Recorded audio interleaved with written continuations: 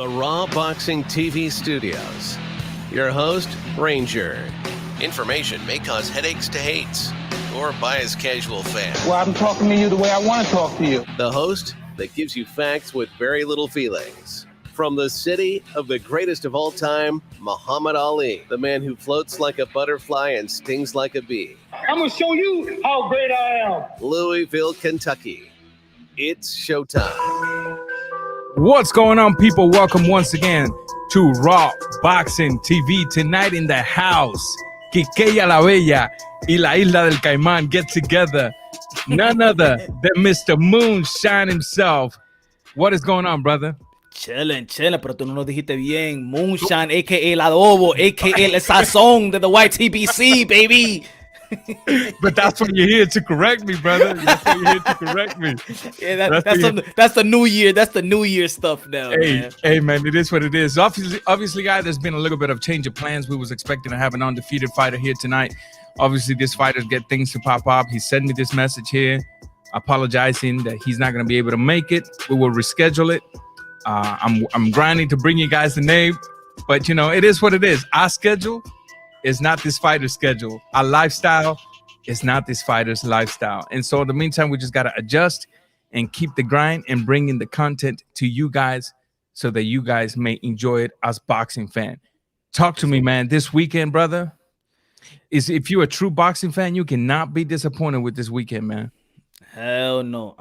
Man. Yo, I said before, man, once October hit, once they gave the schedule, when the Showtime gave the schedule and the PBC gave the schedule, and we saw the schedule, we said, okay, man, this thing is looking good. I said, you know, man, yo, they have great momentum. Boxing's going to have great momentum. Unfortunate with the pandemic and the coronavirus, we thought that's it. 2020 was finished. But, for sure, yo, it ended real well with the Yoka and Tanaka. It ended great. Great. And then it started off 2021. It started off good. To be honest with you, man, that was a hell of a fight, that Yoka and Tanaka fight, because the first thing you see is how the culture in Japan embraces boxing. It's so different than they do here in America. You know, the discipline, the refereeing, bro. Talk about you didn't see that guy nowhere. It was just the fighter. The guy wasn't even like the main character in the fight. You know, it was just the two fighters, and the two fighters didn't disappoint it at all. You know, and Yoka, timing beats everything, man. Timing beats speed. That left hook, that look was landing. Yo, after the fourth round, especially midway through the fourth round towards the end, that's when I saw Yoka and he was shaking his head, and I said, yo, he timed him. Yep, that's it. Oh, for sure. For sure. But let's talk about this past weekend, man, because obviously when we got a fighter like Ryan Garcia, when you look at Ryan Garcia, he brings 7 million followers on Instagram, right? Mm-hmm. It's safe to assume that out of those 7 million fighters, 6.5 million is high school girls, right? 500,000 is real boxing fan and some casual fans somewhere in the mix, right? It's safe to assume that. Mm-hmm. Ain't nothing wrong with that. Hey, if you want to bring the crowd to boxing, bring it. But am I getting a little echo? I'm getting a little echo on my end. Are you getting some echo on your end? Nah, good. I'm still getting a little bit of echo. Give me just a minute while I check this. All right. This sound good. But yeah. So the Ryan Garcia versus Luke Campbell, beautiful fight, man. It was a beautiful fight, especially for Ryan Garcia that got knocked down in the second round, came back up, showed some character, showed some grit, showed some determination, and proved to us that he's more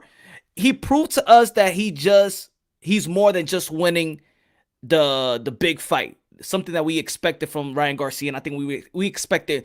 I think we got him more than what we expected. You know, he got dropped, shows a lot of character, shows a lot of grit again. You know, of course, a lot of people was talking about there was holes in his game, there's holes in his defense. But at that age, I mean, we ain't trying to look for a perfect fighter. I mean, I think if we're looking for a perfect fighter, then I think that we just, you know, we're being unfair. Kid is 22 years old. He's supposed to have some holes in his game, you know? So it was great. It was great. It was great. He performed well. He performed under the lights. He proved a lot of people wrong. All the naysayers. You know, and I know a lot of haters got wet. They got wet when they found out that he got knocked down in the second. Oh yeah. Oh yeah. Nah.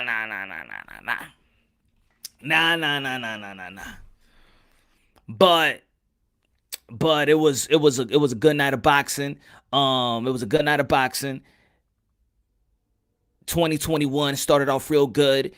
Avaredo, Gutierrez, it was a good action pack. Shout out to the Code the Board Promotions.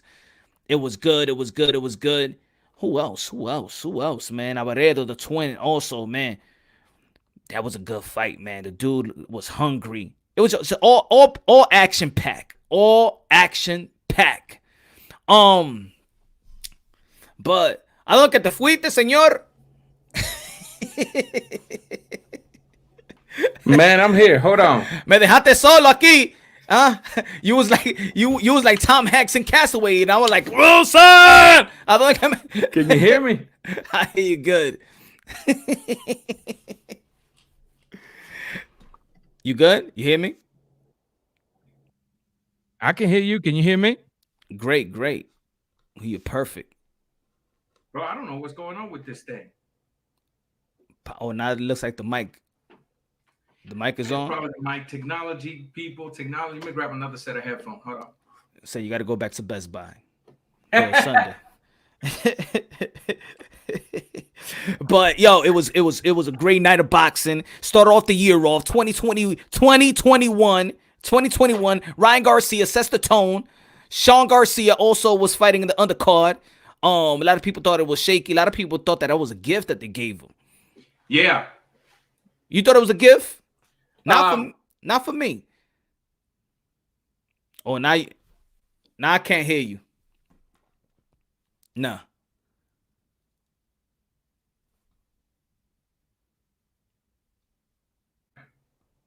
Say it again. How about now? Yeah. Okay. So something going on with the mic. Camera. Hey man, no, my camera. My kids be touching stuff, man. Oh, okay. Hey, listen, man. Let's dive into this. We want to appreciate everybody that's here. We apologize for the technical difficulties, obviously, right? But catching back what we were saying, it's safe to assume with a fighter like Ryan Garcia that he brings the majority of the fans that he brings to the sport right now are more than casual fans. They're just, and not, when I say more the casual fans, I don't mean more towards the fan side of the sport, but more towards I'm just a fangirl or fanboy of Ryan Garcia. Nevertheless, Go ahead. Tu sabes, 2020 now. You know what I'm saying? We got Dwayne Wade sons, and you know, so it's it. So it's girls, boys, and it's. Yeah. La cosa se está poniendo raro aquí. It's kind of weird. Yeah, it's kind of weird, but it is. But listen, at the end of the day, the kid is good.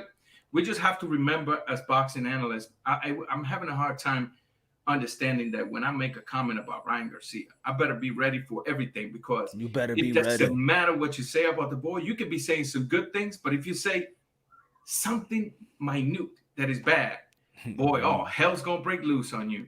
What was the comment that you made? No, simply, I mean, when you go back to the live, first of all, let's start with this. What's up, Black and Brown? Welcome to everybody that's on the live, man. Obviously, I'm still trying to gather myself after all these technical difficulties that we've been having, and so if I somehow missed you, we apologize.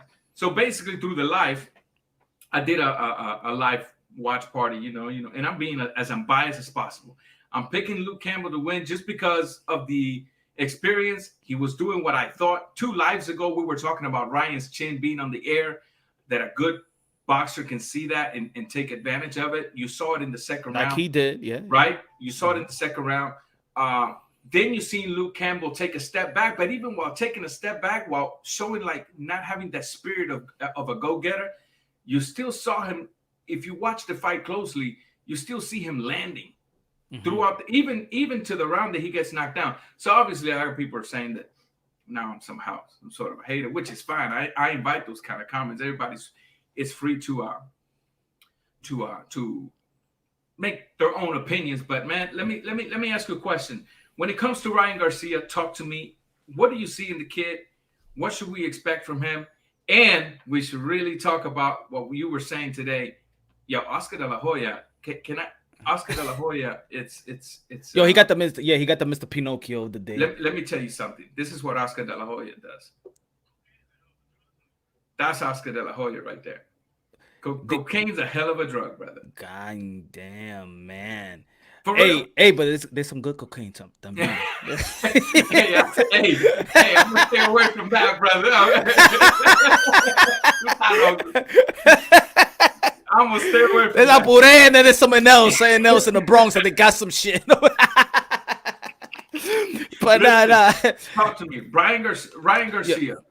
Ryan Garcia, look. Ryan Garcia got the great height, especially for 135. Tall for 135 pounder. Yeah. That's one. He got the range. He got the he does got the pedigree. He does have holes in his defensive game, but also he's just a young fighter. He got a new trainer, and really in the sport of boxing, they'll let you be with a new trainer for 3 camps, and then you see.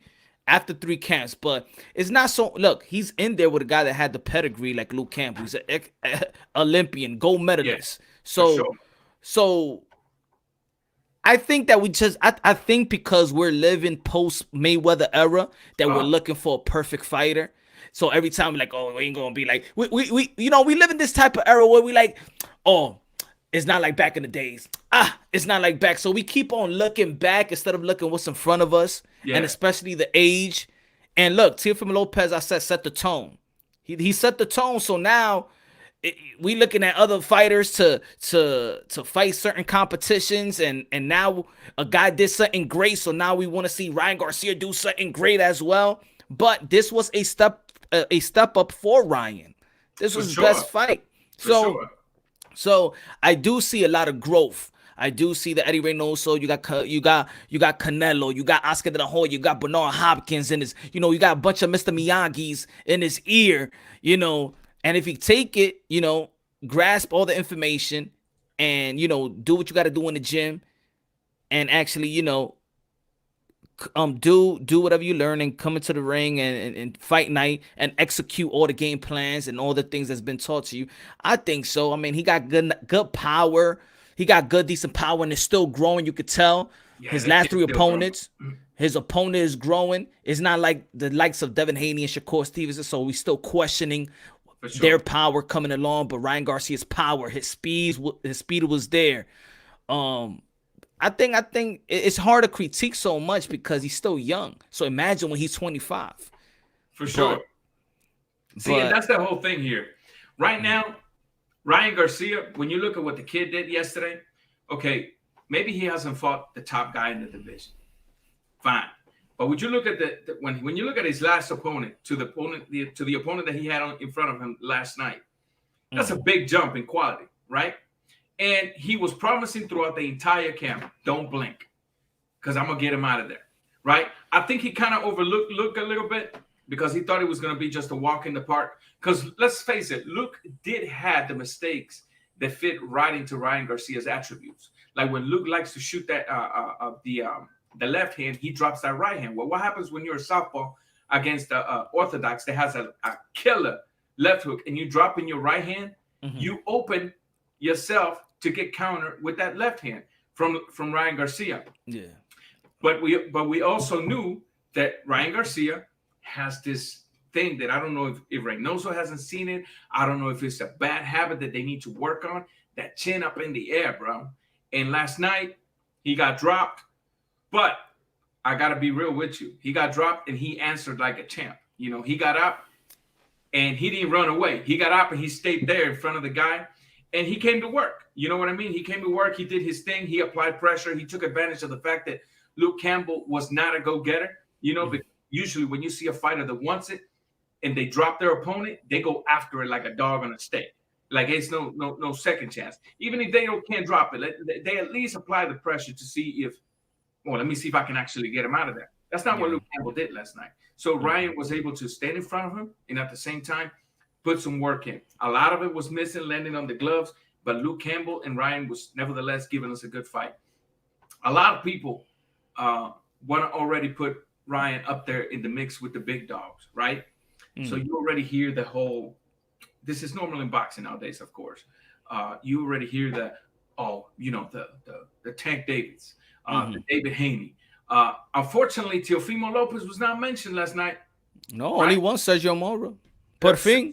Sergio Mora. But here's what I gotta say to that, and then you fill in. You let me know if you're with that or not, bro. I personally, this is just me.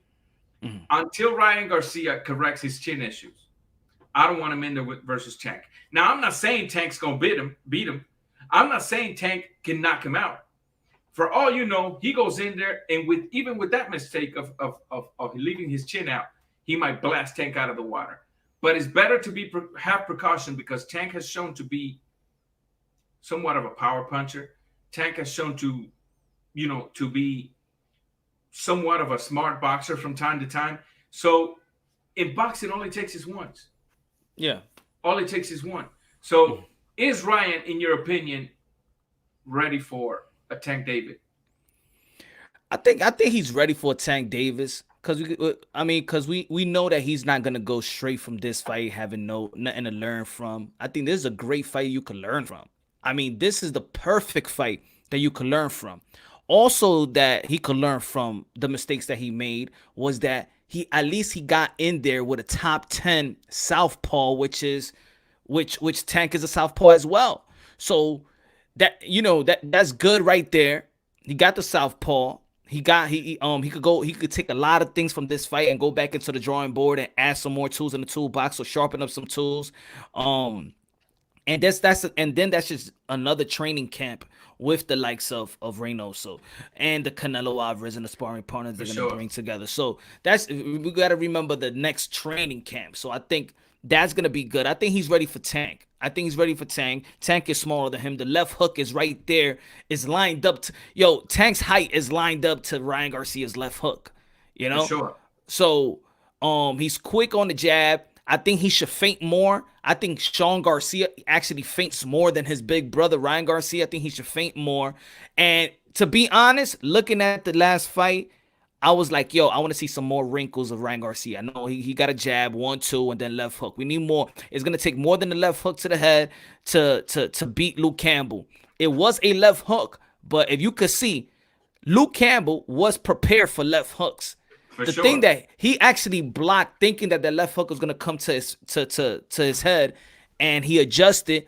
And Ryan Garcia did what he didn't do the whole fight: landed a left hook to the body, went for the body. And I said, if he goes and mixes punches up with the body, another thing is I don't want him to keep on throwing them same speed punches. Like, I think he always, I think he's so fast that he wants to show everybody that he's fast. Yeah. But that could be timed, man. That could be timed. So if he mixes the speed like he did in that last round, if you check the last round, he swung like 1-2, 1-2. See right there, bam, bam, bam, and then speed. Then you catch him off guard. But if you throw speed, set. A guy with his pedigree is going to time that. For sure. A world-class opponent is going to be able to time that from time to time. But, like you said, he just now started with Eddie Reynoso, and his training mates, such as Canelo Alvarez and others, Frank Sanchez, the heavyweight, they got some very smart fighters in there. Hopefully, this is a thing where they're going to be working on him, and they'll probably get him to start correcting those mistakes from now on. Mm-hmm. The division where he is at is a very heated division, it's safe to say. Why? Because right now we're only talking about Haney. We're only talking about Tank. We're forgetting about Teofimo Lopez. We're also forgetting about a guy that has gone on obscurity. Look at it right here. Nakatani. Eso lo dije Nakatani. Correct. So my thing is this. Nakatani should be a credible opponent for any of these guys. For my opinion, David Haney ain't got no business right now talking about Ryan Garcia, because David Haney just fought a 40-year-old Gamboa. So I would love to see a David Haney, maybe like a Nakatani. So why not? They keep calling Teofimo out. They keep saying Teofimo's ducking me. But wait a minute, look at Teofimo's last fight. Look at Ryan Garcia's last fight, which wasn't a 40-year-old opponent. So why not go out there, Haney, get you a Nakatani, get him out of there, and now you're placing yourself in a position, even if you're mandatory for Ryan, right?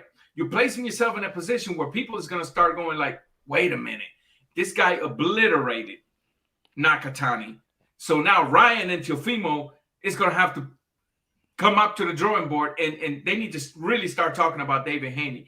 But the fans see it different. The fans seem to think that David Haney can or should deserve to go straight from Gamboa to the lineal, the man at that division. And if it doesn't happen that way, then somehow he's ducking him, or he should go straight to a Ryan Garcia. Your thoughts on that? You know why? Because the green belt that was given to him is setting him up. And that's, for me, that could be a Devin Haney downfall, or that just could be Devin Haney being a precision. I think that, in my opinion, I think that the belt, he's a contender, or he's between a contender and a prospect with a belt. For sure. Because he hasn't fought no top 10 fighters. Oops, be careful, because I got a few members of the Haney of the Haneyville here, and they might come after your throat. Hey, I'm just speaking facts. I'm just speaking facts. Fact is that he's that the reason why he's in a position and people talking about Devin Haney is because he got the belt. He got a belt. So now he got responsibility. But does he really want that responsibility right now? Yeah. Every fighter is always going to be ready. Every fighter is going to feel like they're ready. He fought Ryan Garcia. They know each other real well. So, of course, if there's any fighter out there that Devin Haney is comfortable with, will be against Ryan Garcia, because he knows him good. They both know each other, So, and he knows Tank. They spar with Tank, but sparring is different. Sparring is different. Yeah. Look, a Devin Haney and a Ryan Garcia fight is good.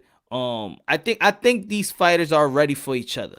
They are. Now the question was, were they ready for a Lomachenko? That was another level. But for each other, they're ready for each other. And see, that's the whole thing. We were having that argument also 2 lives ago when it comes to the Haney and Teofimo issue. Like, you got Teofimo, who fought, his last 3 fights have been tough opponents, right? The man doesn't even have 17 professional fights. Mm-hmm. And this man is already the lineal at the division. So when you're talking about going up to fight the man, and you're skipping the likes of a Nakatani, you're skipping the likes of a Lomachenko, you're skipping the likes of even a Tank. A Comey. Or a Comey. That creates an imbalance, not only in boxing, but that creates an imbalance in the fans. What the fans need to see. Is it the right time for us to see that fight? Is it the time? Could the fight have been a little bigger if these fighters had fought, say, if David Haney would have fought, say, a Nakatani, or then a Ryan Garcia, or maybe a Lomachenko, and beats them? Would the fight be a better build when he fights Teofimo? I believe that the way things are being done, especially by promoters in boxing right now, the way that they hyping up this fighter, the way that they talking about certain fighters, that he's ducking this and who's ducking that, I believe is actually hurting the sport of boxing. I don't know. I believe it's hurting the sport of boxing. I mean, everybody's ducking everybody in everybody's eyes right now. Yeah, I mean, it's. I feel like that's boxing. That's not really like new in boxing. Like, I think you marinate fights. I think that is healthy. Over marinating fight, that's the no. That's when boxing fans really hate it. But I do think that these fights could be made and could be good. I mean, there's too many now. Now it's like, before it was just Showtime and HBO, but now you got DAZN, and now you got Fox, and you got Showtime, and you got ESPN, and you got, so it's just a mixture of networks and managers and advisors and promoters. And I think all fighters will fight each other. Yeah. But how much money's in the pot?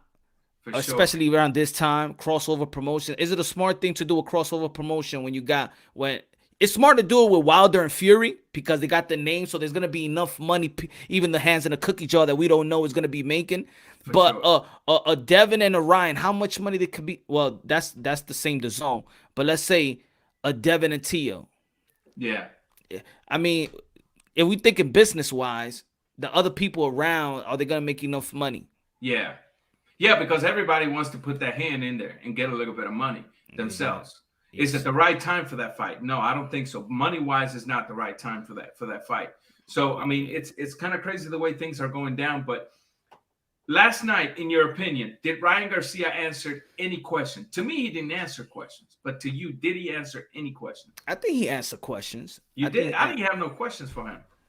I mean, he answered a question that he got a chin, he got grit that could come right back up. He answered that question. You know, answered a question in terms of level of competition. Yeah. You know, that's answering the question. Now, again, how can we critique a 22-year-old? Oh, how much? How much? You know, they're not even 25. They don't even got the adult strength. So I think we could critique and we could see a couple of holes, but at 22-year-old, all fighters got to have some type of holes. And I ain't talking about the holes. I'm talking about the scoochies. We're talking about holes on defense. Feel? We ain't talking about the holes, you know. I'm talking about holes on defense, ladies and gentlemen. All right, don't get it twisted. Don't get it twisted, man. Come on, it's a Sunday night. You feel me? It's a day for Jesus, you know. It's a day. Listen, last night, Luke Campbell gets back there to the locker room. He tells Ryan Garcia. Ryan Garcia asked him, "You fought Linares, you fought Lomachenko. Who's the hardest puncher? And then you fought me." He says, "You the hardest puncher." We have to believe it, right? He's the one that put him out. Nobody had put him out in the past. So, unfortunately, for people need to realize just because this man said that Ryan Garcia is the hardest puncher. Now I'm talking to the casual or the fan boys and fan girls of Ryan Garcia. Or the its. We cannot automatically assume that Ryan Garcia should be thrown immediately to the shark, to the big boys of the division. And he's going to go in there and just eat flesh and just devour everything in his way. Should fans, I know this kid brings a lot of hype and well-deserved to a certain level, well-deserved, let me tell you. Should fans just really take it easy with this kid? Depending how. I mean, to fight one of these guys, in my opinion, no. But how you talk about Ryan, that's what I might have a problem with. It's how you talk about him. It's just like when Oscar De La Hoya was like that the champions need Ryan. Ryan don't need a champion. That's overboard. That's like, come on. You can't promote something like that. I don't give a damn if he's promoting Ryan Garcia. You cannot promote something like that. Saying to the whole world that champions don't matter. That popularity, it reigns supreme in boxing. Because that just opened the doors to the Jake Pauls. It opens the door. If you're talking about popularity, then you're doing a disservice. It don't matter. I think they got to get creative in promoting, you know? Even if you're promoting your own fighter, you got to get creative. You got to get it. You got to get, you know, you could promote your fighter, but it's not to shit on somebody else to, excuse my language, not to give somebody else credit. Especially what Teofimo Lopez did, because if Oscar De La Hoya is talking about, champions need to fight Ryan. Ryan don't need to fight champions. You're only talking about one guy that got all the belts, really. Yeah. You're really just talking about Teofimo Lopez. For sure. You know? Because at the end of the day, he's the one with the belt. He's the one. Listen, Teofimo Lopez has the belt. You know what the belt is? The lineal. The lineal. Okay? The ring, I say. The lineal, okay? The Jack Dempsey, that legendary belt, okay? I don't think that Oscar De La Hoya, I get what he's doing. He's trying to promote his fighter. Mm-hmm. A fighter that needs no promotion, really. When you look at this fighter's fighting good. He's answering questions in the ring. And like I said at the beginning of the live, he brings all those fans in, right? To go from there, a guy like Oscar De La Hoya, to saying, we don't need the champions. the champions need us. Hi. What does that? Where does that leave the value of holding any jewels in the weight division? So if I have the lineal belt and you hear Oscar De La Hoya say that, then what is my lineal belt worth? Is it worth anything at that point? Exactly. Are we giving it any kind of value at that point? Because guess what? I need Ryan Garcia. Ryan Garcia doesn't need me, right? Mm-hmm. But I'm the lineal champion. I'm the guy that has all the belts, right? I'm the guy. I'm the guy. So the question we have to ask ourselves, in the middle of all the hype, in the middle of all the excitement, in the middle of all the emotions, are we going to go as far as to accept a comment such as the one that Oscar De La Hoya made? And is it healthy for the sport? Sport that is it's not healthy at all. It's not healthy at all. And the logical ones has to humble it. Yeah. And why? The timing to humble right now is not even good because we supposed to be celebrating what Ryan Garcia did, right? Of course. So celebrating his win, but then the comments is like, all right, let me humble y'all for a minute. Okay. No. It's like how Sergio Mora, when he mentioned Teofimo Lopez, it's because he saw as a fighter what they was trying to do. For sure.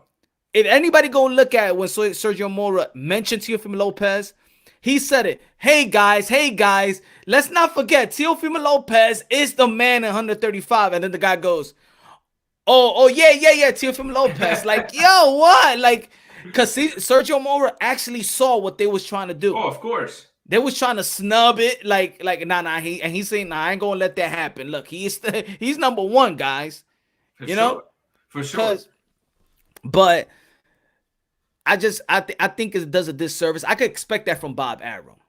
I expect that from Eddie Hearn, but I don't expect that from a fighter like Oscar De La Hoya that pride himself over legacy reign supreme, that carried his career that way to say what he said. I'm like, come on, Oscar, really? Come on, you afraid that he gonna leave you to Canelo? You gotta pump him up like that? Yeah, for sure. No, I mean, the thing is, Oscar De La Hoya, I think Oscar De La Hoya finds himself in a lifeline right now. He's in a life support right now, because if you think about it, Golden Boy just lost the cash cow. But I think that was healthy, though, in my opinion. It was, well, financially was it really healthy for Golden Boy? That's my whole thing. I'm not questioning so much. Was it healthy for the sport? Was it healthy for Canelo? I'm saying financially, was it healthy for Golden Boy though? And I think so. You think so? Why? Let's go into it. Because now he could put his whole full agenda to Ryan and Virgil, really. Okay.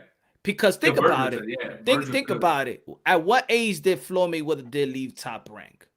30, 29, around there. Yeah, he paid out like $290,000 to get out. Oscar De La Hoya left a little earlier, but almost late 20s. You know what I'm saying? So it was, in reality, it was time for Canelo Alvarez to go. He didn't need Golden Boy Promotions anymore. He didn't need it. He that's it. It was he didn't need Oscar De La Hoya to be right there on his hip anymore. Okay. But I don't think that because of Canelo, you could tell in interviews that Oscar De La Hoya wasn't so focused on Ryan Garcia. He wasn't so focused. He was still downplaying it if he was a big star because of the social media. He was the one that actually said that, social media thing doesn't transfer to boxing like that. He was on that tip. He set that tone for everybody else. Everybody felt, remember when they was asking him about Tank Davis, he like, hell no. Oscar De La Hoya was real and honest about Ryan Garcia since day one and how he felt. So now all of a sudden, it does seem like it's like, yo, man, I can't get this one away from me because look, he's chilling with Canelo Alvarez right now every goddamn day. I know he's telling him, so I gotta, talking. I gotta soothe Ryan Garcia. I gotta give him his flowers. I gotta take him out to eat. I gotta even give him one of my belts. yeah. So I understand the position he's in, but it's actually a blessing in disguise for everybody else in Golden Boy. Pay attention more to Jojo Diaz. Yeah, pay attention. Sure. So I think, and now they're gonna put that money and that effort and that machine behind Ryan and Virgil, rather than spending all that time in the machine with Canelo Alvarez. I think it's gonna be good.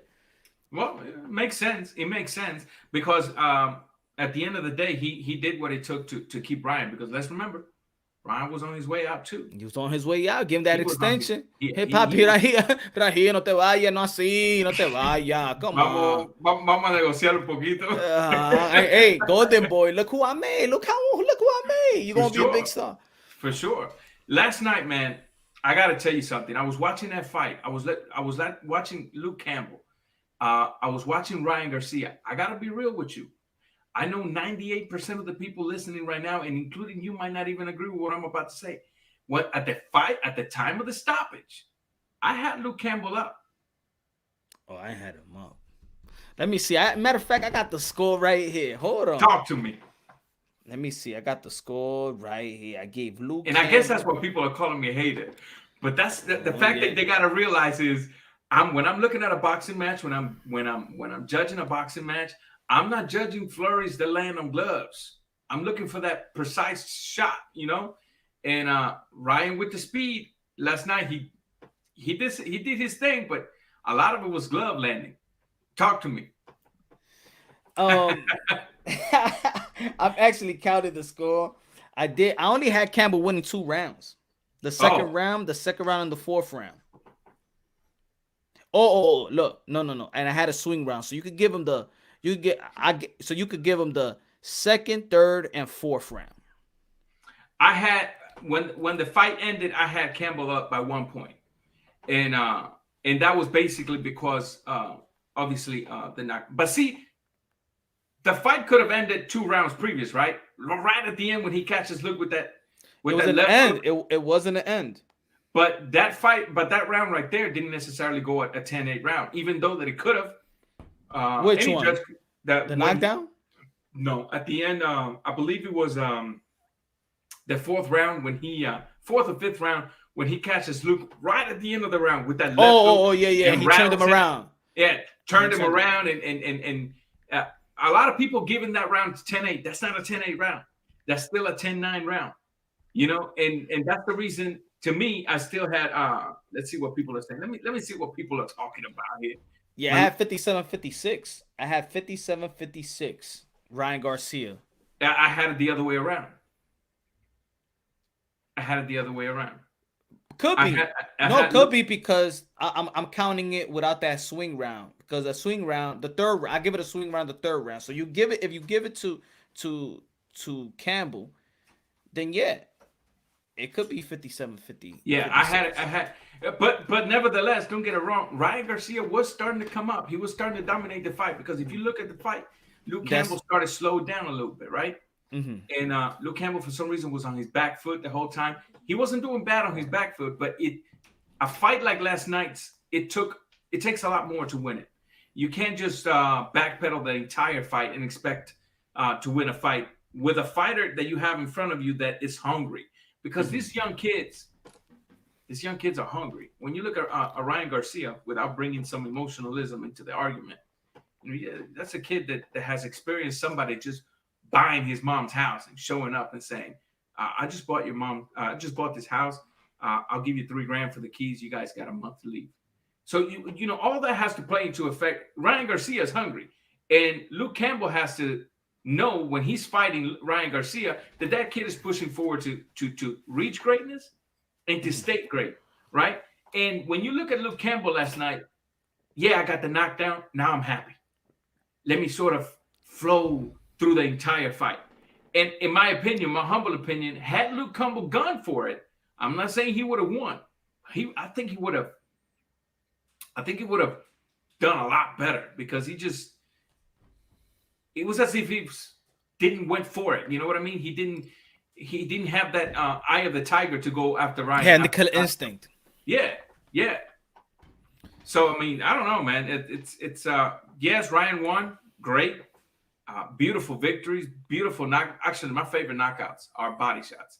They've always been. They will forever be body shots. Let's see. I had 58-55 Ryan. Okay, you know, that's the beauty about boxing. You know, you got 3 judges, you got 20 judges, and I guarantee you 18 will have it different. You know what I mean? So what rounds you gave Luke? Correct, Andres Rodriguez. What rounds did you give Luke? because that's crazy right there. I mean, I gotta respect it, but that's 58-55. That's a pretty steep difference right there. So, Rodrigo, if you can elaborate on that, tell me what rounds you had.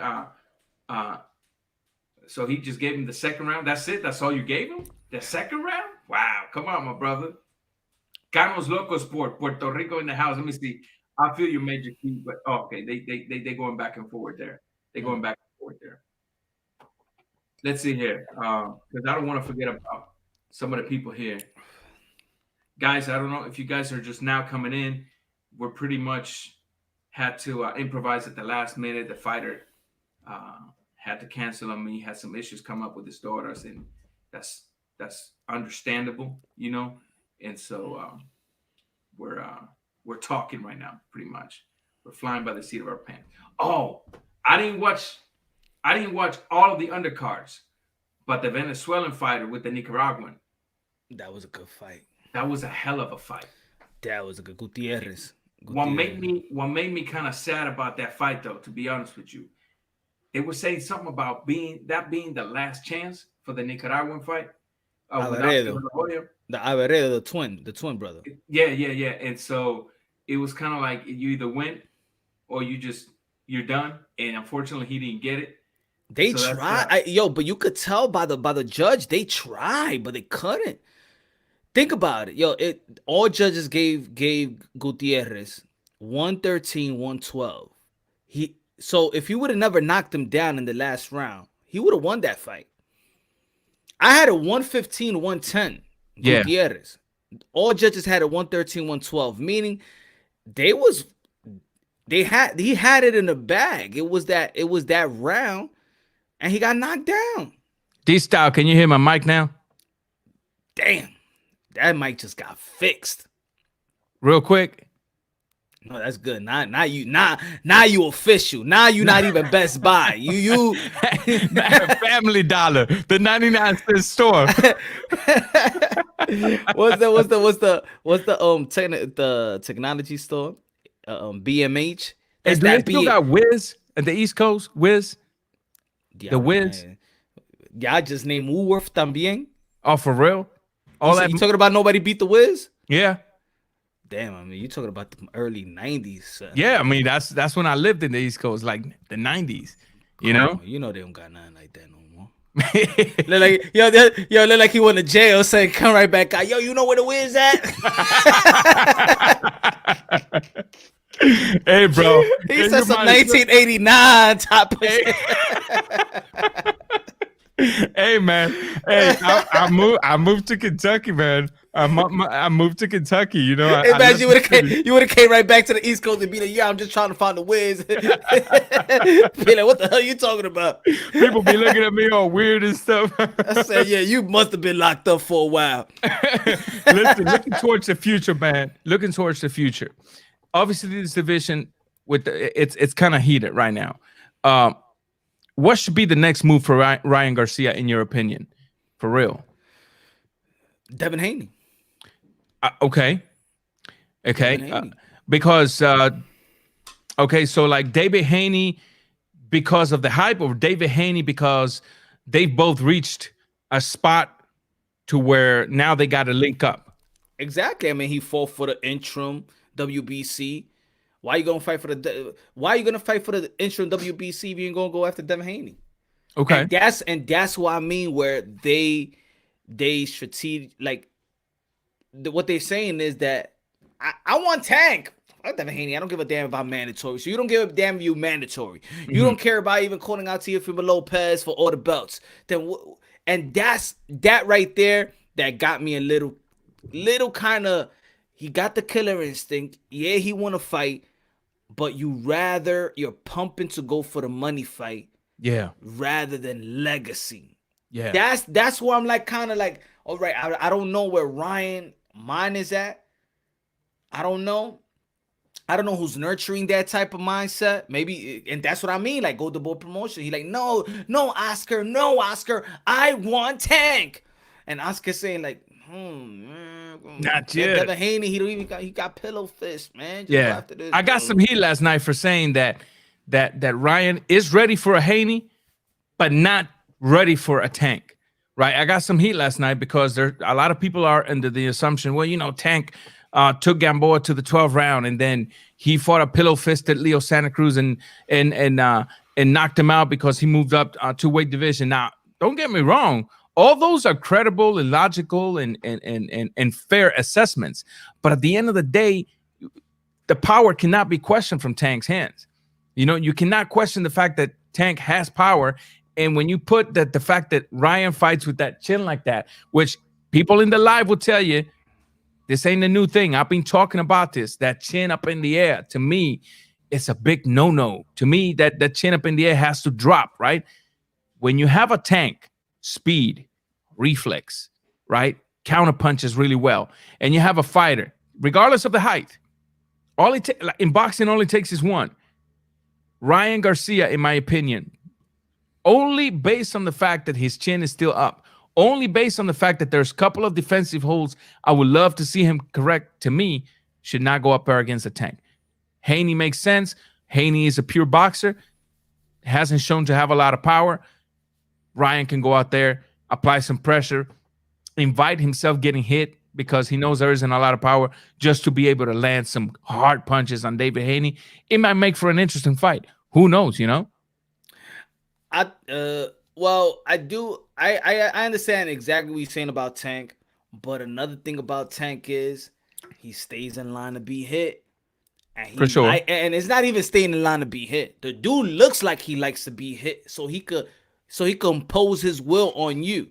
Yeah. If you look, even he with takes one to give a few. Exactly. He's doing it. He does it too much.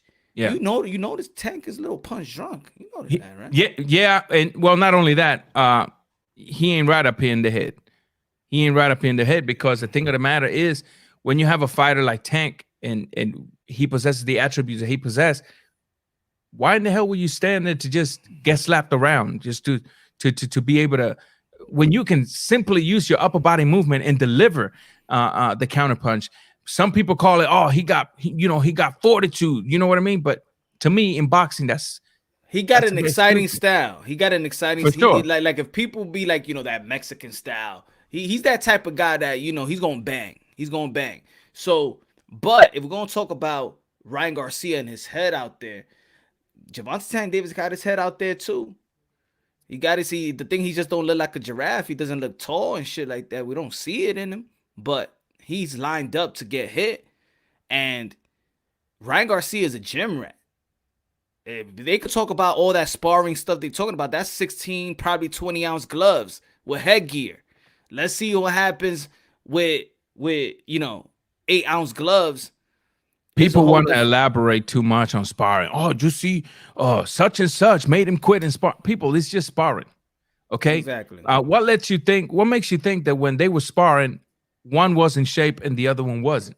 Obviously, one is in fighting shape and the other one wasn't. The one that's in fighting shape, whether he's a better fighter or no, is going to have the better chance of doing whatever he takes or whatever he wants to the other fighter. And right now, there's a lot of look at this man yawning. Let me tell you something about this man. This man right here just did 4 hours of live stream before coming. That's nothing. Are you serious? You've done longer than that? I did 10 hours. Are you serious? That's my. Are you serious, my dude? 10 hours, man. No 9-hour shifts, bro. 8-hour shifts, bro. This ain't no Red Bull, but you need this right here. What's that? Alani. Got enough caffeine, bro? It's got plenty. I ain't trying to give some promotion unless I get some bread.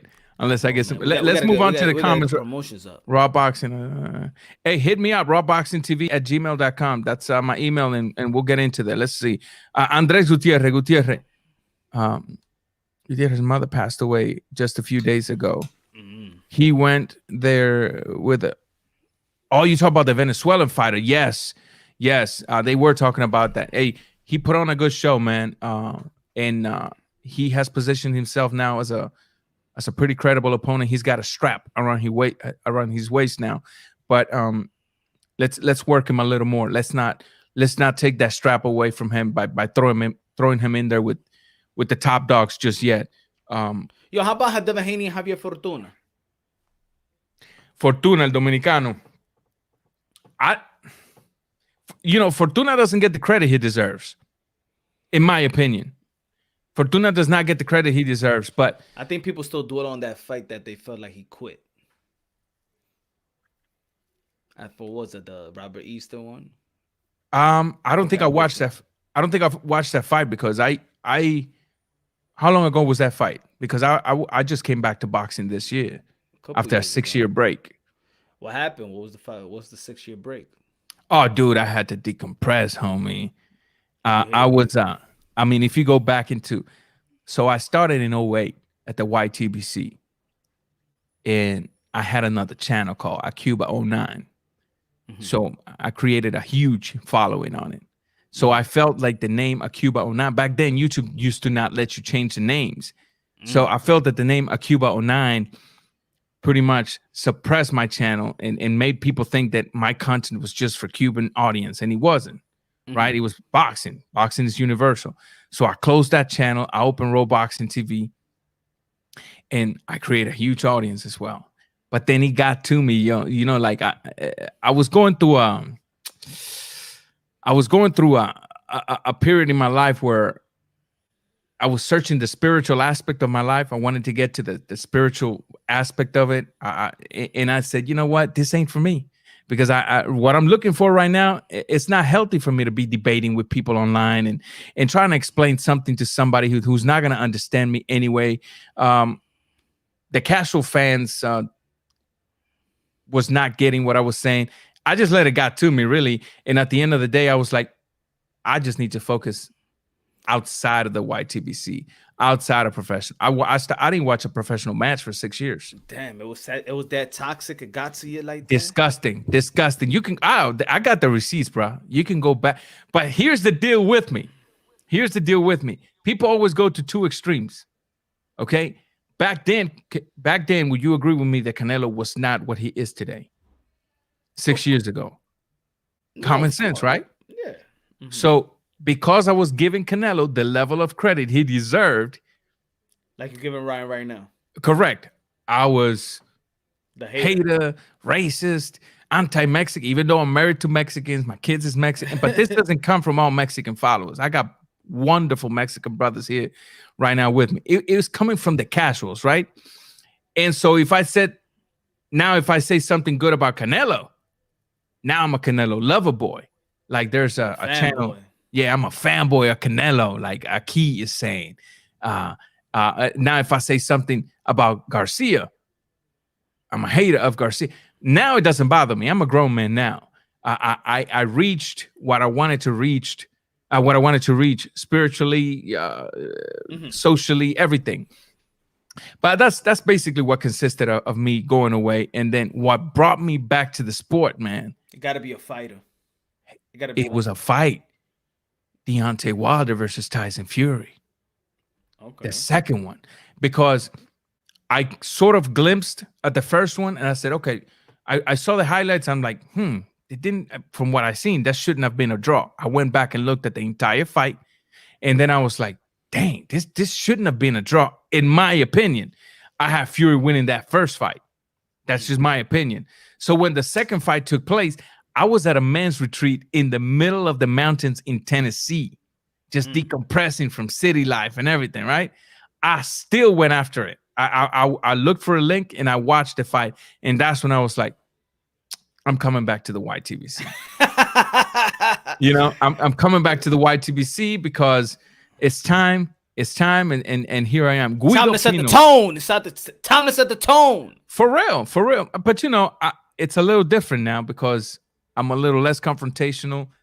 I'm still going to tell it how it is, in my opinion. I mean, raw boxing TV is literal. My content's going to be raw, whether you like it or not. But I process things a little better. Let's see what Guido Pion says, my Dominicano brother. Let's see. Yo, Raw, I remember watching you years ago during my high school years. I'm glad you're back, brother. Hey, man, thanks for, man, you're making me feel old. At the end of the day, that's a good comment. Guido! but you're making me feel, and then you have Punch Drug talking about, man, you're talking about a store that closed down in the 80s and the 90s. The Wiz, man. You was in that man retreat for how many years? That killed me right there, man. That killed me. Yo, Boxing, 2021. No, but I can understand that the YTBC could get toxic. I can understand that. Oh, it got toxic to me, man. I didn't care about the money I was making out of YouTube or nothing like that, because it was never my main source. Now it's not my main source. And that's what some of these channels are a little afraid of. I tell them, listen, y'all, this is your main source and y'all making your whatever, your 8Ks, your 7Ks a month. Congratulations. I don't need YouTube to make that. I'm good. So when I get in front of this camera, I'm going to let you have it the way I feel you should have it, without caring whether you unsubscribe. If I go down to 200 subscribers, you know how many subscribers I lost during my 6-year break? I couldn't even tell you, So, I mean, at the end of the day, man, we're here. I appreciate there's some of the people here that are with me, D-Style, G-Funk. They welcome me to the HCP. We put in some work. I'm doing some work as well. And I appreciate your humbleness for following me. I followed you back. You accepted the invitation to be here with me. So we're working. Things are looking bright. And now I got to deal with being a Garcia fanboy, but I process it. I mean, a Garcia hater, but I process it a lot better now. You know what I mean? Like, it's just light. Like, when I come to the camera, I give myself a little oil bath. So when the hate comes, it just slides right out. You know what I mean?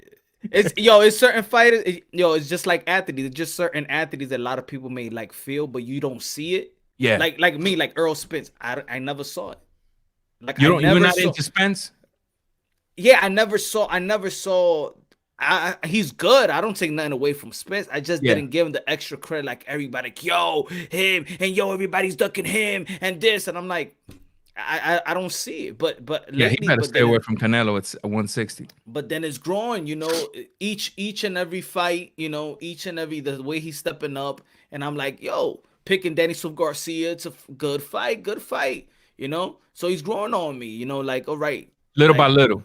Yeah, but it's not like, I think people just wanted me to over exaggerate on Earl Spence, and I'm not correct. I just don't. I don't see him that. I don't see him as special. I see him as a good fighter. And I think people was talking about him like he was special. I don't see him special. I don't see him like a freak of nature. I don't see him moving up and beating somebody up. Like people talking about Canelo Alvarez. I don't even think that he got to fight Jermell Charlo if he wants to 154. That's a matchup. Yeah. Yeah. I mean, I think if he goes against Canelo Alvarez, Canelo would obliterate him, to be honest with you, because you can't make that big of a jump and expect to perform at your best, and then expect Canelo to all of a sudden somehow not perform at his best. And you know what I mean? So I get what you're saying. I personally like Spence. I'm not drunk on him as well.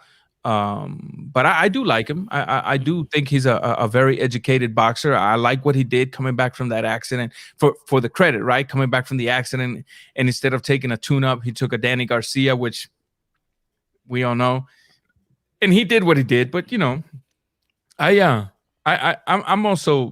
kind of with you on that one.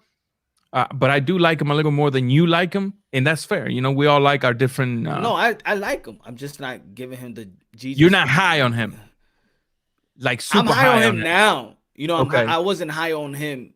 I wasn't high on him 2015 with people screaming that people are ducking him when he's not even ranked number 20. Yeah, that type. Okay, I see. Well, I wasn't in the YTBC back then, so I couldn't help you on that one. You feel me? It's for you like Ryan Garcia. Like, okay, you see something, but you still want to see him grow. Like, you see certain things. You're not gonna say King Ryan Garcia. Yeah, and here's what people need to understand. I mean, this is the way I look at it. If I'm willing to look at something wrong with my own kids and correct it, what makes you think I'm not going to do that with a fighter? Think about it. Yeah. If I see that he's doing something wrong, I'm simply going to say, okay, he's good. He's flashy, right? But the chin's in the air and he can get caught. He's good. He's flashy, but he wastes some punches sometimes. He's good. He's flashy, but he needs to tone it down on the Tank David. You know what I mean? There's absolutely nothing wrong with that. I don't think that's hating on the brother. Obviously, the guy has a lot of potential. I'm wishing the best. I personally enjoy his fights, to be honest with you, and I really don't see what the sentiment is when, you know, like, oh, don't touch this guy, don't say anything negative about him, or all of a sudden you're not a boxing fan, you're a hater. You know what I mean? But then there's a lot of people that hate Ryan anyway. There's a lot of No, people for sure. that hate Ryan. But that comes with the fame, though, and he's bringing the fame. There's a lot of people that hate Canelo. There's a lot of people that hate De La Hoya. There's a lot of people that hate Mayweather. So he's gonna bring that hate with him. He's gonna drag that hate with him. That's never gonna escape him. So, but you know, we're just adopting to the new YTBC fan base, and we got to work, because at the end of the day, people need to realize who else is carrying boxing other than the YouTubers. Nobody. I mean, nobody. When was the last time you saw a 1 hour special on ESPN talking about boxing? Not showing a fight. I'm talking about They don't. Look at all the debate shows, all the other. They don't talk about boxing. Football, basketball, baseball. Football, basketball, baseball. That's it. And that's why also I said before that debates time all day long. It does drain the sport, devalue the sport, because when you have a bunch of, I understand that people love to debate. I understand that, but when you debate every day, every channel you go to, there's debate. Somebody's devaluing somebody. It's the devalue a contest. I'm gonna devalue the guy that you're going for. I'm gonna devalue him. You're gonna devalue him. Nah, but he ain't shit. He is this and he is that, and it's going down. It's not elevating anybody. So the whole YTBC is gonna be a whole debate scene. You're not valuing anybody. It's all about how far are you gonna discredit this person so you could credit the person. So it's not doing any good. And it's like I was saying on my last video, I believe it was. I did a video called "Who's Ducking Who," and what I'm saying is a lot of these channels that are selling spews for views, man, such and such is ducking this and such is ducking that. These are big channels, bro. These are big channels. They're not realizing that what they bring into the sport, it's a very inconsistent argument, right? Because let's be real here. Are we going to sit here and say David Haney is Teofimo Lopez is scared of David Haney? Are we really going to sit here and say that Teofimo Lopez is scared of David Haney? Is that what we're selling people nowadays? But why are they doing it? Because the very next day after them saying that, you see Bill Haney in their channel, right? Yeah. So you think Bill Haney going to come to their channel unless they say the things they say? Absolutely not, right? So my thing is this. When it comes to these fighters, we need to be prepared to understand that, yes, let's hype the fight. Yes, we can debate. But we cannot sell this lie, because they're lies. I gotta call it for what they are. Yeah, they're straight up. They're straight up lies. You know, Teofimo Lopez is not scared of that. Teofimo Lopez is not scared of David Haney. Come on, man. Come on. Teofimo Lopez is not scared of David Haney, people. David Haney cannot just. You can't go from 9th grade to 12th grade. That's basically what Teofimo Lopez is saying. Look, I went through high school. Now you go through high school. Come to the 12th grade, and I wait for you here, and we go at it. It only makes sense, right? It only makes sense. And you got to. How many fights Haney has now? Like 20-something. 20-something. Teofimo Lopez is lineal with less than 17, right? But why is he lineal with less than 17? Look at his last 3 opponents. Yeah. Look at David Haney's last 3 opponents. You talk to me. Most of them was in Mexico too. For real. But then we look at their age. You know what? It is what it is. But the hype is the hype, man. And it's so toxic, bro. It's toxic. It's the whole breaking news of the world, the whole truth of the world, and then we just got to tone it down, because at the end of the day, and now we got to get ready, because now here comes the Garcia scared of David Haney type of videos. You know what I mean? Or vice versa. See, it's different. Okay, talk to me. Maybe you see something I don't. No. It's different, meaning that tone it down. No, it's turning it up.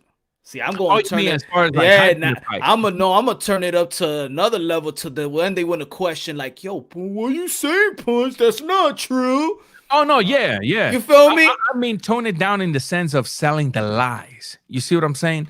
Because that's where I take issues with the, which is never gonna stop. I understand people don't have to, do what, as I say, but But you could disrupt their lives. That's what it is. See, that's what I've noticed this past week. I'm disrupting their lives. Now they gotta answer. I'm disrupting a lie. So now they have to like almost like recycle their thoughts and be like, and this person or these people are trying to say that And then was these people gonna be like, who's these people? Could it be Punch? Could it be Raw? Could it be G Funky? Could it be, let me go to their channel and see what they're saying. Now I'm gonna go to their live because they were talking shit about the guy that I like, and then they're going back to that live, and then it's only helping like I said it like this in the YTBC. You will meet more people saying, yo, I left this channel for you. I left this thing for you because, yo, what they was talking over there was dang there, but you unbiased. In the end of the day, people would like unbiased. They would like the truth that's given. Not to be like on some pacifier, not to say, hey, believe in this and believe in that. They want the truth. For sure. Because it's going to show up. For sure. It's going to show up. Yeah, the truth's always gonna prevail. But listen, man, let's start getting into closing arguments. I know you're tired. I see it in your eye. I really appreciate you coming here. So let's get into some closing argument here that I think we need to talk about before we go away today. At the end of the day, do you think, in your opinion, that David Haney will be allowed by Mayweather to fight somebody like Orion? You think Mayweather will allow that fight? Because a lot of people are saying that Mayweather's Tank. A lot of people are saying that Mayweather's gonna shelter Tank. Does it make sense to you? I think they know. They both know it's a good fight. Yeah. I think Floyd Mayweather be like, I see some. If we see the holes, think about it. If we see the holes in Ryan Garcia, then Mayweather see double the times that we saw. For sure. So he'll be like, he's ready. We can make the fight, but I just don't want to make the fight with Oscar De La Hoya and bring him another great big fight. Yeah, well, because the two got beef. Exactly. I can't give him another. I can't give him a big fight. And also, it's cross promotion. And also, it's Al Heyman making business with Oscar De La Hoya. So it's harder than what it seems. It's harder to make than what people think. They could scream Ryan Tank all they want. Mm-hmm. Now, could Tank actually finally open his mouth and say, I'm not going to fight anybody. Give me Ryan. Or I'm not going to fight. I'm going to wait until whatever, if my contract expires and stuff, I'll hold out. Give me that fight. Give me that fight. So now Tank will have to speak up. For sure. For sure. Well, that's the thing. A lot of times when a fighter speaks, it might end, it might help or it might end the hype to the fight. Because you think about this. I get the feeling sometimes that promoters might be like, yo, this is what they're saying. Let's let it roll because it's in our favor. You know, let's let them think you scared of this fighter, or let's let them think that this fighter is scared of you because it's helping us, or whatever the case might be. Mayweather, being as smart as he is when it comes to money, I think should start looking at possibly at least talking about this fight. You know, maybe not immediately, but at least give the fans the hope that the fight is going to happen. In my opinion, again, I don't want to see Ryan next fight being against a Tank Davis. I don't think with the defensive holes that he's got, I don't think he's ready for that fight yet. Not taking away nothing from his boxing skills. Obviously, we don't need to talk about that because everybody sees his boxing skills. But why not a David Haney? Why not, like one of the followers here says, Linares? Linares tweeted out yesterday as soon as the fight happened, "You're not ready for me, boy." That's literally what Linares said. He said, Ryan Garcia is not ready for me. And that's things that can hype the fight.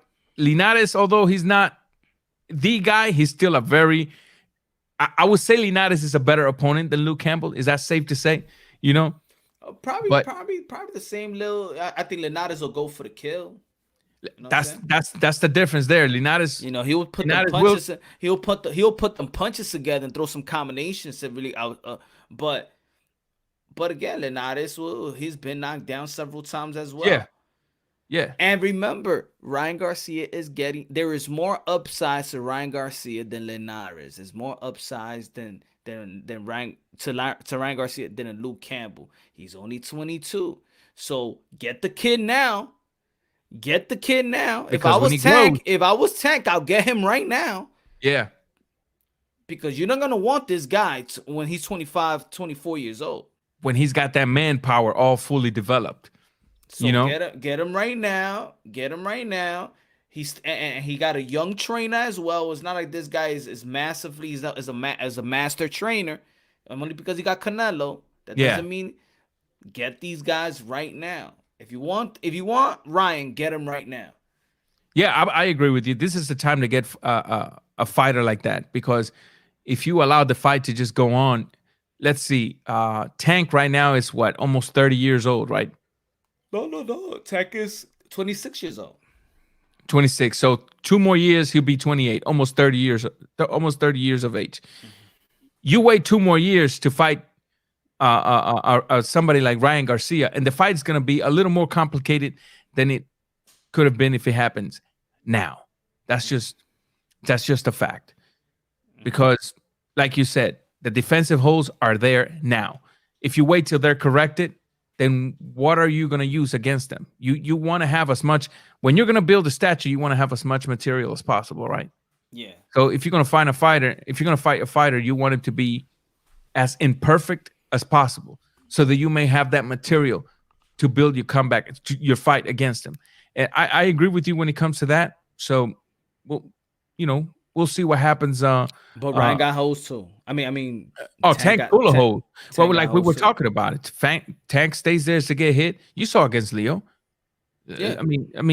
He knocked Leo out, but I mean, Leo had him sweating bullets for a minute. You know what I mean? The thing is, he knew Leo couldn't hurt him. That's another thing too. That's what it is. He knew Leo could not hurt him. But 135 is different. You know what I'm saying? Especially against a Ryan Garcia, who is natural at that weight division, and you can tell he's gonna grow out of it. So yeah, I mean, it's there, but my only concern is all it takes is one. And I don't like the chin up in the air. That's it. I don't like the chin in the air, and all it takes is one. So how about if he could get back up like he did last fight? It could make for an exciting fight. How about if he can't though? That's the beauty about boxing. We just how about let's see the heart of Tank Davis if he gets floored. What you think? That's another question that needs to be answered too. Yeah, no, that's boxing, bro. That's why I love boxing. Yeah, man. That's why I love boxing. So at the end of the day, those are questions that need to be answered, and hopefully they get answered if they do happen. But I don't know, man. To close this argument here, what's next for Teofimo, do you think? Because I feel he's being left out in the dark with this whole hype going on right now. When you look at what was happening last night, and I know we kind of talked about this already, but we didn't really go into depth. What is really going on with the fact that last night Teofimo didn't exist in the arguments at all? I know there's cross-promotional issues, but it doesn't matter. When you got the lineal, it's got to be talked about, man. Yo, I think it's a disservice. I thought, out of all the networks, I think the Zone has been good in being unbiased. You know, they've done a good job by that. Yesterday was a disappointment. It was a disappointment. I think they did a bad service, but then it takes us to check them. Then then we got to work harder. Now, look, Teofimo Lopez is hated by a lot of quite a few channels that do have a lot of subscribers, and they hate Teofimo Lopez, because he called Deontay Wilder a bitch and shit and stuff like that. So they hate him because of that, right? Yeah. And they making shame videos about him. For sure, that's their job now. Now you got the Zone not talking about him. You probably gonna have Fox not talking about him. I don't know, but it just takes real hardcore boxing fans, the unbiased ones, to really speak out. And this is why. This is the reason why you gotta have these channels to speak out, to save to save boxing, to save people from falling into some stupid narrative and lies. And like the narrative that the reason Haney and Teofimo Lopez is not fighting is because somehow that's racism. You heard that one? Oh no, I heard it worse. I heard of like Canelo Alvarez. Canelo Alvarez is not fighting. Is scared to fight black fighters. It's scared to fight guys. The hell of a drug. It's scared to fight. I mean, people make it racial. Yeah, because they got nothing else. They got nothing else. So that's the last thing. So you know what? All right. If you want to bring the race card, then let's talk about the race card. Then let's talk about the race card. If you want to bring the race card, we talk about the race card. Then sure. You know, and that's how I feel. Yeah. Well, I think what pissed me off the most is the fact that somehow they're making it seem as if we Latinos don't know any sort of struggle, as if moving to this country isn't a struggle within itself when you're leaving everything behind, your own culture, your own family, and so I think it's time for us to in the YTBC to look at what's going on the other side of the fence, try to stay away from it, and just shit lied. Yes, those channels are big, but I do think there's a bunch of people out there hungry for truth, hungry for balanced argument, hungry for unbiased argument. And it might take a while, but it's our job to get it done, man. It's our job to get it done because it ain't gonna take a while. They listening. They ain't gonna take no while. Hey, la doble sazón. They are listening, bro. They are listening. I tell people, man, this boxing, and you know it because you was doing it. You was doing it. I'm about to go on 2 years. It's not long that I've been doing, but I already peep people's game. I already peep why they do the narratives. I already peep it. You know, and if you're a street dude, you peep it right away what they trying to do. You know, but it's not gonna. I ain't gonna let that rock. It's not gonna let that rock. I tried. I'm on that peace, unity stuff. We're one race, and brothers and sisters of Christ, and stuff like that. Nah, people don't want to. It's toxic, right? Okay. Sure. I even put a video. I'm like, it's toxic, man. I said, after the Joshua fight, I told myself, I'm not gonna do nothing to the Tanaka fight. And then I said, what the hell am I thinking about? Dike, I'm gonna take a break. What? Nah. No, now I adjust. I adjust. You know? Pinocho Laya Jr. here says, if you had to select one opponent between Linares and Haney, which one is the right one? For who? For Garcia? Let's say it's for Garcia. Which one would I pick? It may not be the popular answer, but I'll go with Linares, then Haney, then Tank. But people might go the other way. You know, people might say Haney. Who would you choose? I still pick Haney. I just don't think that Haney is I don't think he's that dangerous. I think Linares is more dangerous. I think Linares could get beaten. But I think he's dangerous as well. His speed is still there. Very educated boxer too. You know what I'm saying? Like, I don't know. Well, the thing is, I think it's a good fight. I think it's a good. You could see that Devin Haney was kind of sad that people were screaming "Tank, Tank, Tank," and he's like, like his name's not being mentioned. Well, because of his performance, for sure. Well, the reason Linares is the name that's gonna be in effect is because I don't think that the Tank fight's gonna happen anytime soon. I also don't think, even though it's easier to make, I also don't think the Haney fight's gonna be made soon. So what is the champ gonna do? Just sit at home and do nothing?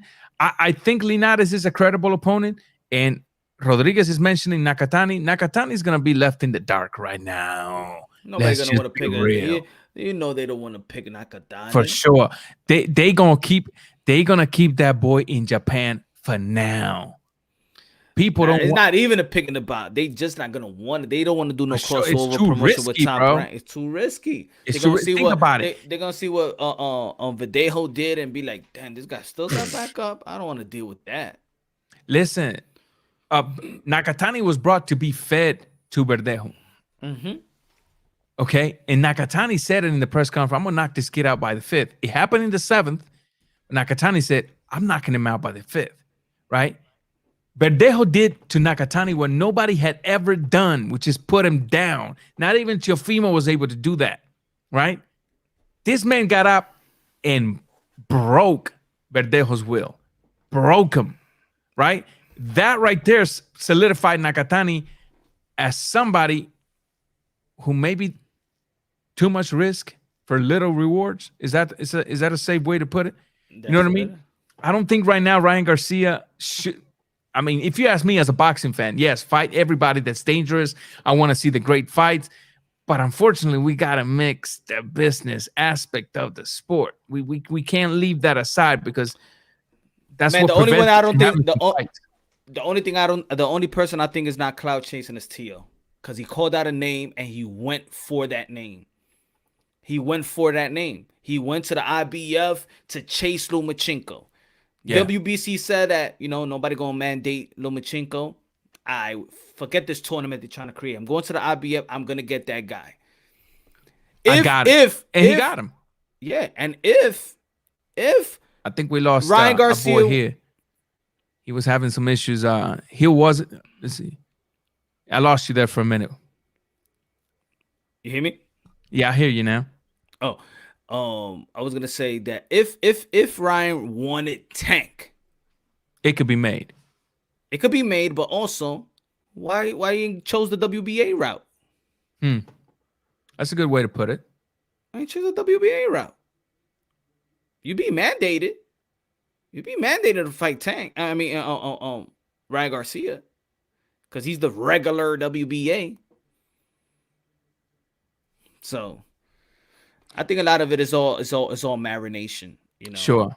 Marination. This is a fair question by Malik. I'm not going to take much questions, guys. I'm sorry tonight, just because this man here has been up too long. I don't want to keep him. Like I said, he was involved in a 4-hour live stream before coming to my channel today. And usually, I ride. I just keep rolling, but I gotta be considerate to him. And so, no, David Haney. If he fights Nakatani and outboxes him flawlessly, of course, he has to get credit. David Haney's a good fighter. Don't get me wrong. Nobody's saying David Haney's a bad fighter. We're just saying David Haney, for some reason, has not performed to a level to where people is like, yeah, I think, I think he can destroy the division. I think he can take over the division. Yeah. You know what I mean? I know there's some people from Haneyville, the Haneyacks, that think that way, but they just selling you the spew because the very next day, Bill Haney's going to be in this show. I know that's not going to happen here. We're just going to tell you things the way we feel it. And it's not that we hate Haney. I personally enjoy a boxer. Y'all know me for years, that it's hard for me to find a boxer to be boring unless you're one of the Hey, let me tell you the secret about in the boxing world. They actually want you to be real. For sure. They don't get like really mad about your critique. They actually find you real. Yeah. They actually they real. Bill Haney ain't come to my channel to be talked because he saw all the critiques. Yeah. So he'll show up if you love him. He'll show you if you have all the critique. But then in the back of my mind, he's gonna be like, I'm gonna rock with this person because in the back he's gonna tell me the truth. Yeah. Yeah. He's been in your channel, hasn't he, Bill? Yeah. Yeah, for sure. And we go at it. Hey, but see, that's the thing. That's what we need. If I was Bill Haney, I don't want a lapdog. Exactly. He says I want the smoke. With other channels he go to, he can't have the smoke. Ain't everybody being nice to the dude. Yep. And I think that everybody is stuck in your son. Yeah, everybody's ducking your son. Teofimo's scared of your son. Can you tell us why, please? And then it's like a ring to his finger. But listen, boxing fans, Raw Boxing TV fans, Moonshine fan, It's been great. It could have been better, but we dealt with so many things coming in. The fighter canceled on us. My signal went out. My soundboard disconnected. The man held it down for me while everything came back into place. It threw me off psychologically. I didn't even talk about the things I wanted to talk. Hopefully next time it's going to be better. I enjoy having you guys. I unfortunately could not get to all of you, mainly because I was trying to keep it tight to give this man some rest. Man, I'm a machine, bro. Hey, man, vaya a contarse lo que tiene que hacer, hombre. Yo, good looking out for having me, yo. Good looking out, man. I appreciate the good work, bro. Keep on pushing. Let's keep on pushing it. We're pushing it. It's gonna be a big year. Like I said, all these fighters canceling on me, but not indefinitely. I'm gonna bring the content to you guys. You know, I'm dealing with some managers that are I'll just keep it right there. You know what I mean? But oh man, we just it's crazy. But the content is coming, the collaborations is coming. Raw Boxing TV is working. You already know Moonshine, Punch Drunk is working. Yes, I love the channel from the brother. HCP is growing, and we're gonna continue to grow. Brother, I really appreciate you for coming today. I appreciate all of you for being here tonight. Subscribe.